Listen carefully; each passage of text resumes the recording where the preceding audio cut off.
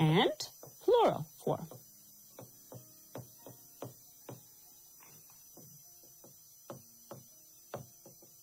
Okay, so let's give examples. Example, when we're doing singular, when we are talking about singular countable nouns, for example, a material that you use a lot in your school, books, or in this case, book, because it is singular, right? Book. Something, some fruit that we love eating. Apple. Some machine that we take transportation in. Cars. Or car, since we're talking about singular. What else? What is, again, another material you carry to carry all of your school materials in? A bag. So you see, book, apple, car, and bag. These are all in their singular forms. We can also use them in their plural forms. Plural form. Books, apples, cars, and bags. This is how we use them in the first rule. The first rule is we can use it both in its plural and singular form. Okay, what about the second one?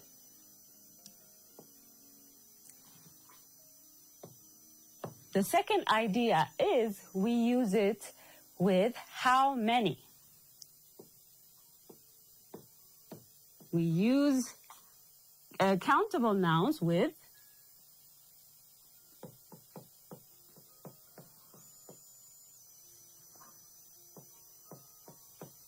how many.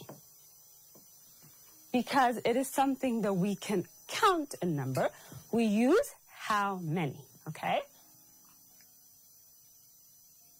We use it with how many. For example, how many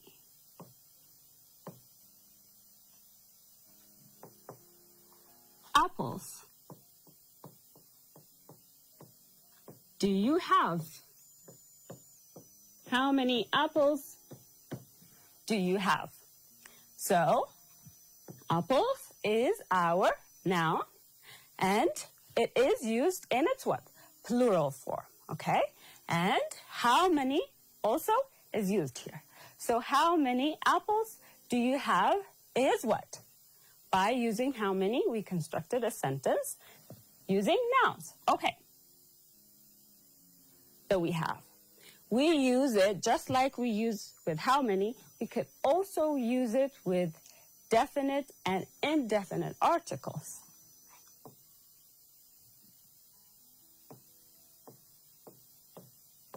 We use it, here it refers to nouns, okay? We use it to, with, or in this case, we use it with definite and indefinite articles.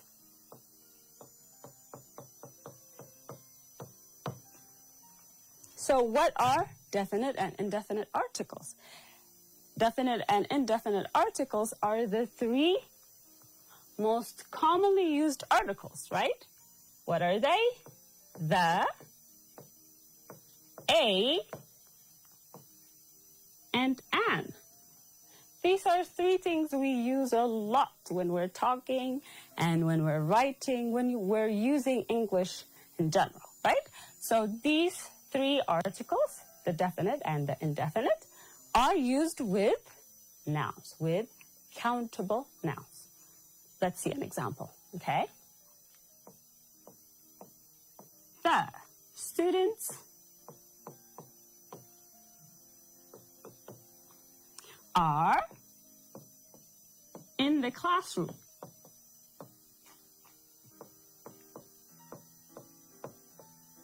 The students are in the classroom. Here, students is what? Something we identify, we give name to, and we identify a group of people. So students is what? A noun. It is a countable noun with its plural form, students. And then we use it with the article the. Sorry. Yes, the article the. So the students are in the classroom. What other examples can we give here, for example? A, or I saw a cat in the garden.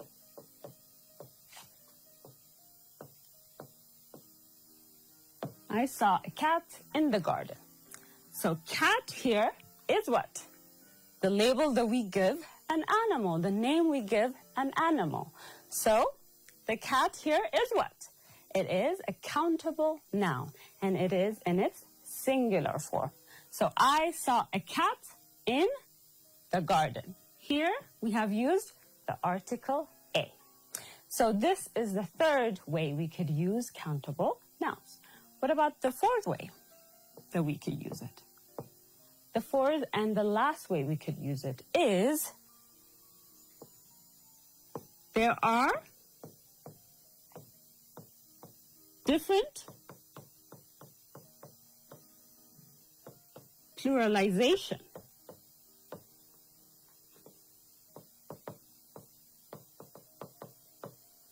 There are different pluralization ways of using countable nouns, okay?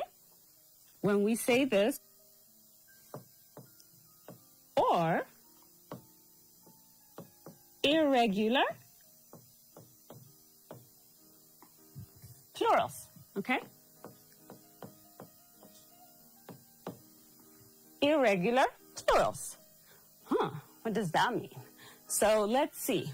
Some or most nouns, they tend to have this form. Cat, cats. Student, students. Book, books. Apple, apples.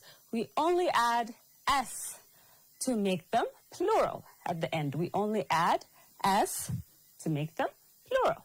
But some nouns, some countable nouns, they change forms to different forms. So we don't add S at the end to make it plural, but we add other letters, or we change the form. For example,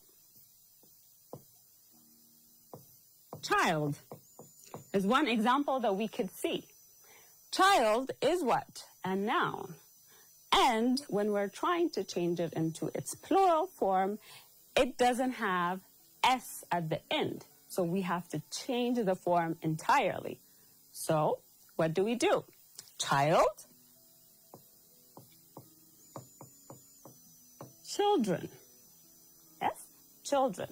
Now we have changed it entirely. We have changed the form when we were trying to pluralize it. And what other examples can we give, for example? Tooth. Yes, tooth. When we're trying to change tooth to its plural form, we do what? We change these two, the double O's, into double E's. Teeth. It becomes teeth from tooth. And that's how we pluralize it. We change its form completely. Instead of adding S, we change its form. So this is the 4 ways of how to use countable nouns, okay? This is the rule of how to use countable nouns. What about uncountable nouns?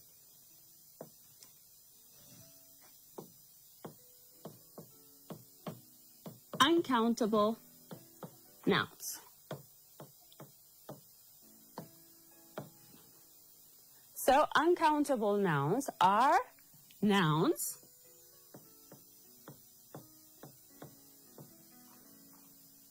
that cannot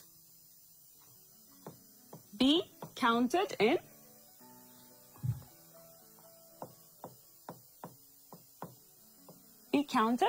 number.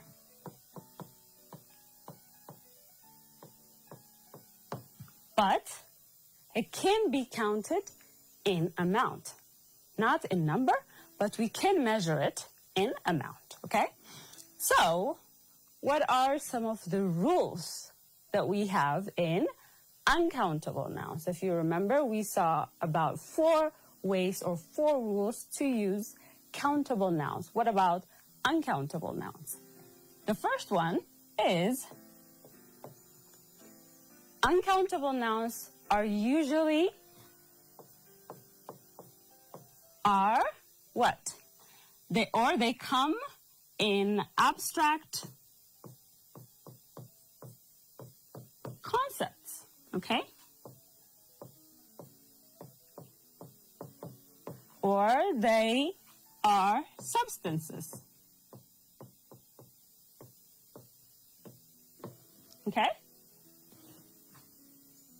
And many others. But these two especially, abstract and substances, okay? And I forgot. Collective ideas. Or collective ideas. So, abstract substances or collective ideas. What do we say when we're saying this? They are abstract concepts, or they are substances, or they are collective ideas. What do we mean by this? For example,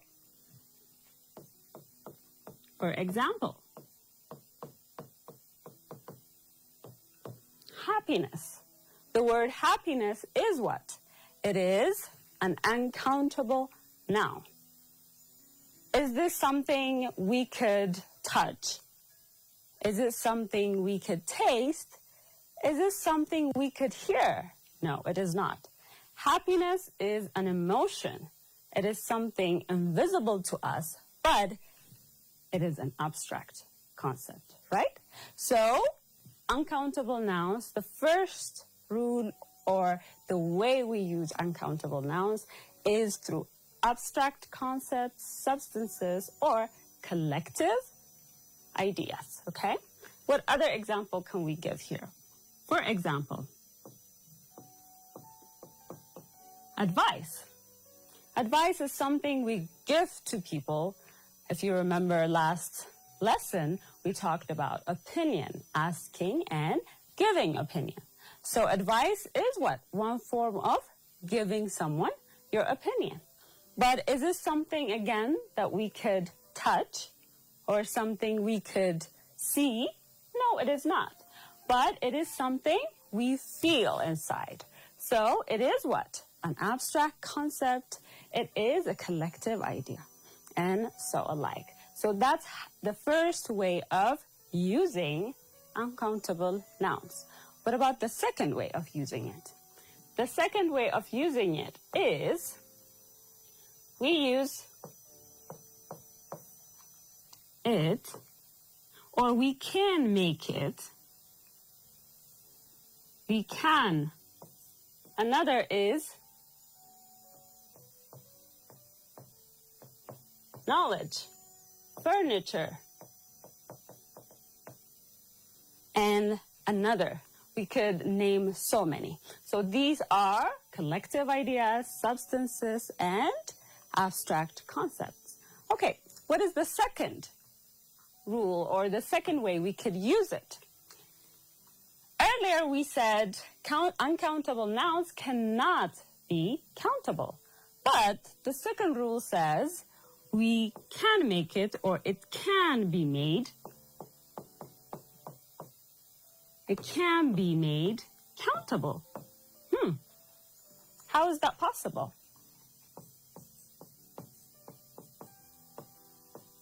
Can be made countable by using paritative expressions.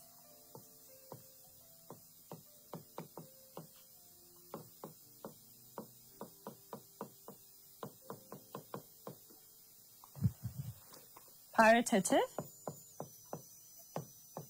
expressions. So it can be made, yes, it can be made countable by using paritative expressions. What are paritative expressions?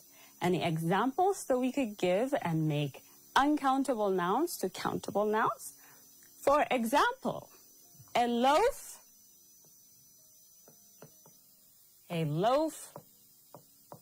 of bread. A loaf of bread is what?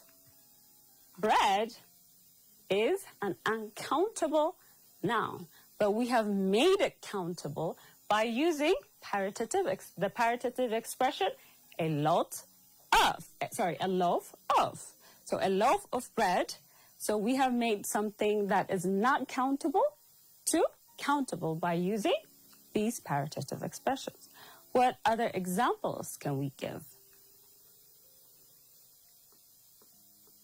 A bar of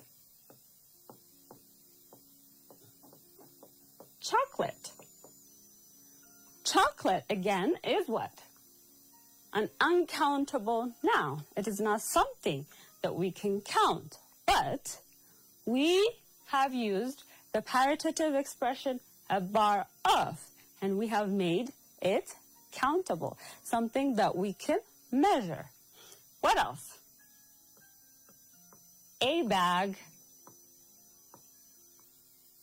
of rice. Again, rice is something that is not counted. It is an uncountable noun. By using the paritative a bag of, we have made it something countable. I will give you one last example. A piece of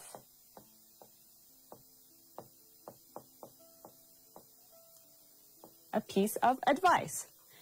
Is advice something that could be counted? No, it is not something that it can be counted. It is an abstract concept.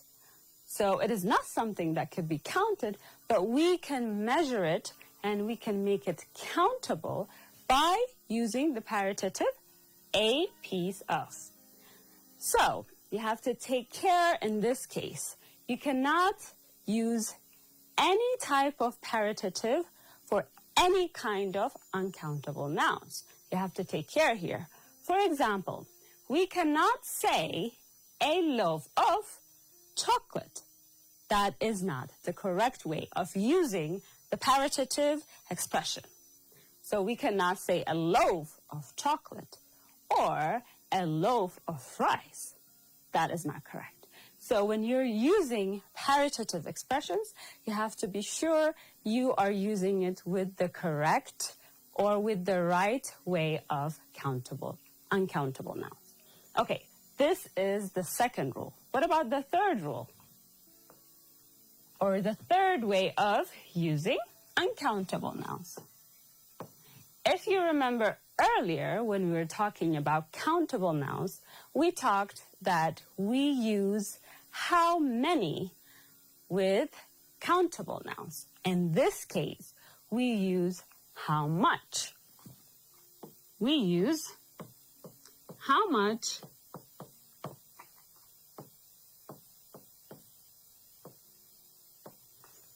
with uncountable nouns.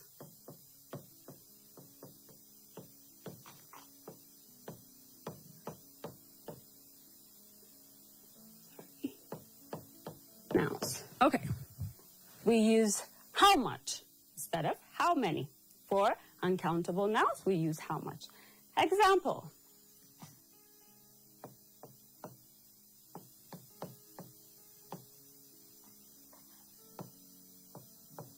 How much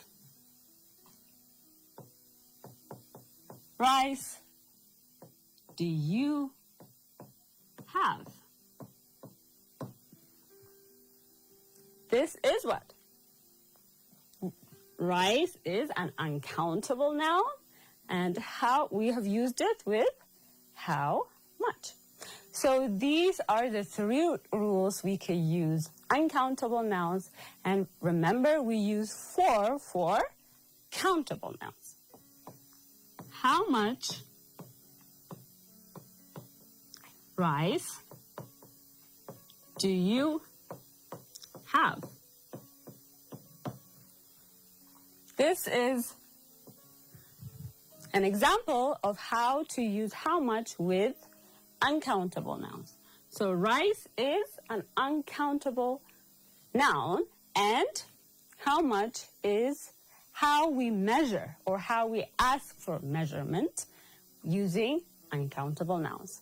So if we have seen this 3 rule for uncountable nouns and the 4 for countable nouns, now let us see some examples of nouns, these nouns. Countable nouns and uncountable nouns. Okay. Let's see. Earlier, I asked you a question that is related to you as a learner. So, I will ask you the same question again. What is the most common material that you use in your classroom? What is the most common material that you use in your classroom? And you take it with you everywhere you go, from home to class to home. Can you tell me? Yes, pen. Pen. It is something you carry with you everywhere, and you use it to write almost all of your subjects in. So pen is what? A countable noun. It could be plural and singular, and it is a countable noun. Okay, let me ask you a different question that is related to you. What are you? When people say, what are you? What do you do now at this stage of your life? What do you say? You say, yes, you say, I am a student. Student is what? Another countable noun. Okay, again, that is related to you as a student. What is another material you use in your classroom? 1 or 2 materials you use in your classroom, for example. Without them, it's going to be really uncomfortable for you to learn in a classroom. Yes, you're correct. Tables, chairs. Yes, tables, chairs. These are materials you need in your classroom, so you will be very comfortable when your teacher is teaching you. What other examples can you give here? Earlier we said a fruit, if you remember. Or you can mention some animals, like dog, cat. Yes, these are animals that we usually have at our home. Okay, so since we gave a few examples, what about uncountable nouns? What examples can you give for uncountable nouns? For example, what is the most important thing that we need to live? What is the most important thing as human beings that we should get every day to live, to survive? Yes? That is right. Water. Water is the most important thing that we should have. We should drink it in order to survive. So water, it is what? An uncountable noun. Earlier we gave an example. Water. And earlier we gave an example. Rice. What else? Advice. Sugar. Milk. These are what? uncountable nouns.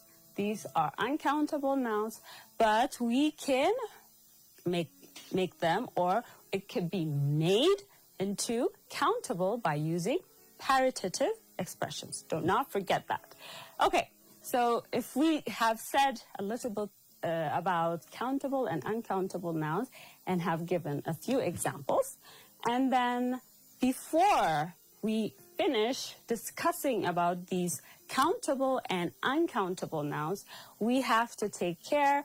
There is also another way of measuring them. There is another way of measuring these both. Okay. For example, if it is countable nouns, we use a few or few to measure them in a number, or to count them. Again, this them refers to what? Nouns, countable nouns, to count them in numbers. Okay? So when we say a few is small in number,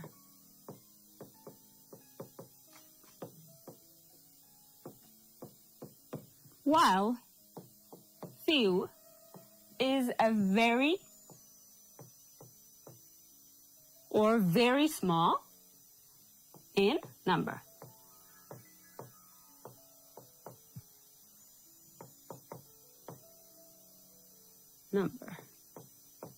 Okay. Let's give an example now. Let's give an example for this.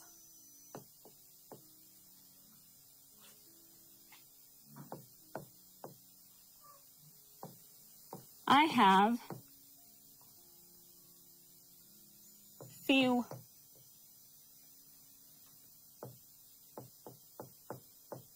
apples.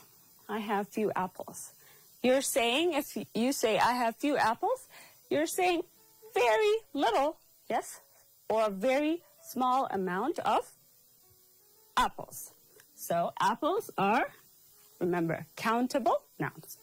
What about when we are talking about uncountable nouns, okay?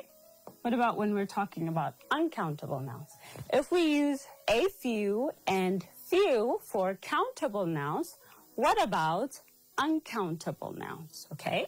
We use a little or little for or to count, okay, the amount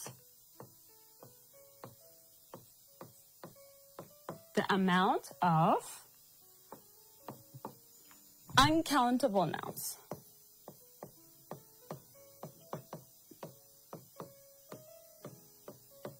Okay.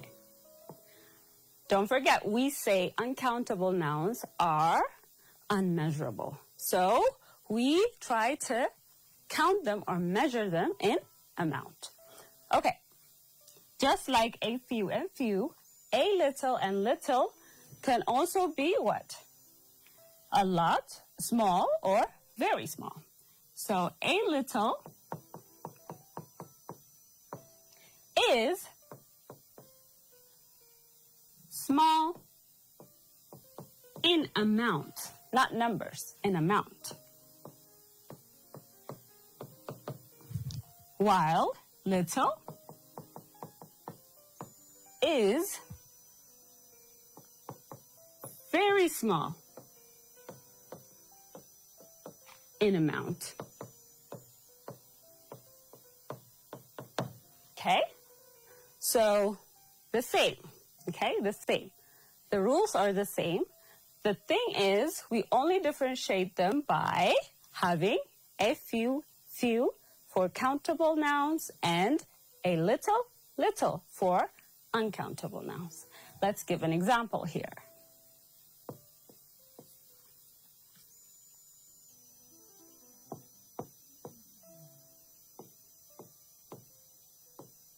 The bag of rice is little. The bag of rice is little. Okay? So rice is an uncountable noun. And remember, we use what? Bag of. This is a paritative expression to measure amounts. So the bag of rice is little. So this is all about countable and uncountable nouns, the rules that you should follow and you should remember for countable and uncountable nouns. So before we finish our class, I will give you 3 or 4 words that I want you to change in their plural form. Change these nouns into their plural forms. Okay. The first word I will give you is feet.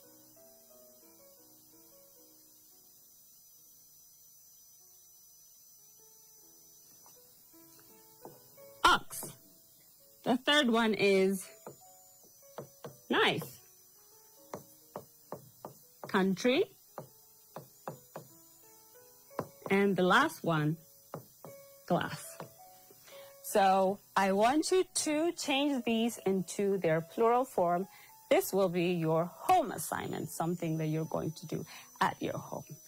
So this is all about countable and uncountable nouns. I hope you all got so many new things or so many familiar things from our class today. And thank you all for enjoying this class and staying tuned.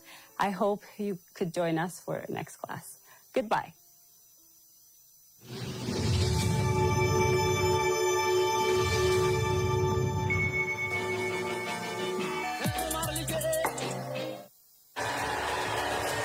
Number 2 from New Orleans, the